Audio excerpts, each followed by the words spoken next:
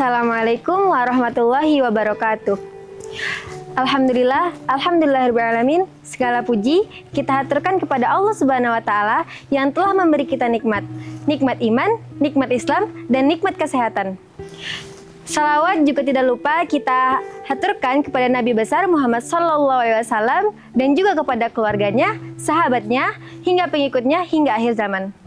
Teman-teman sekalian, pada kesempatan kali ini kita akan membahas tentang keutamaan menjaga wudhu. Wudhu bukan hanya sekedar cara sah sholat, melainkan juga amalan baik yang memiliki banyak keutamaan dan juga manfaat, baik dalam kehidupan sehari-hari maupun spiritual.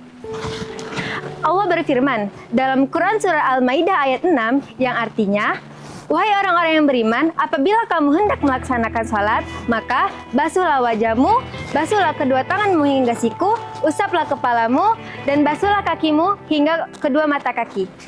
Ayat tersebut menunjukkan bahwa wudhu bukanlah perkara sepele, melainkan perintah langsung dari Allah Subhanahu wa Ta'ala. Rasulullah SAW juga berfirman, yang artinya kebersihan adalah sebagian dari iman. Hadis tersebut mengajarkan bahwa kebersihan merupakan tanda kuatnya iman seseorang. Rasulullah SAW juga bersabda, yang artinya, apabila seorang hamba berwudu, maka keluarlah dosa-dosa dari wajahnya, dari pori-porinya, dari kedua tangannya, dari kedua kakinya, hingga dari bawah kukunya. Hadis riwayat Muslim.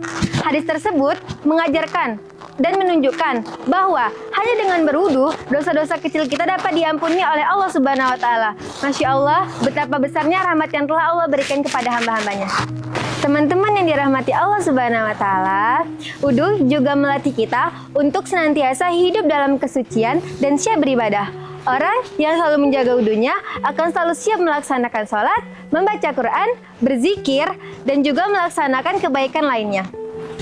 Menjaga wudhu juga dapat membuat kita terbiasa hidup dalam kesucian serta siap dalam beribadah. Wudhu juga dapat membuat pikiran kita lebih tenang, hati kita lebih bersih, dan emosi lebih terkontrol.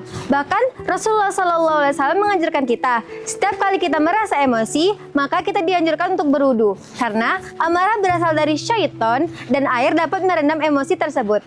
Maka, ayo lakukan 4 kebiasaan berikut. Yang pertama, berwudu dengan sempurna sesuai sunnah. Yang kedua, menjaga wudhu setelah sholat. Yang ketiga, memperbarui wudhu walaupun belum batal. Yang keempat, membaca doa setelah berwudu.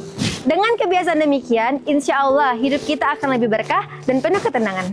Teman-teman sekalian, mari kita renungkan seberapa sering kita menyepelekan wudhu. Terkadang kita terburu-buru, terkadang kita asal-asalan, tidak tertib, dan bahkan menganggap wudhu adalah hal yang sepele.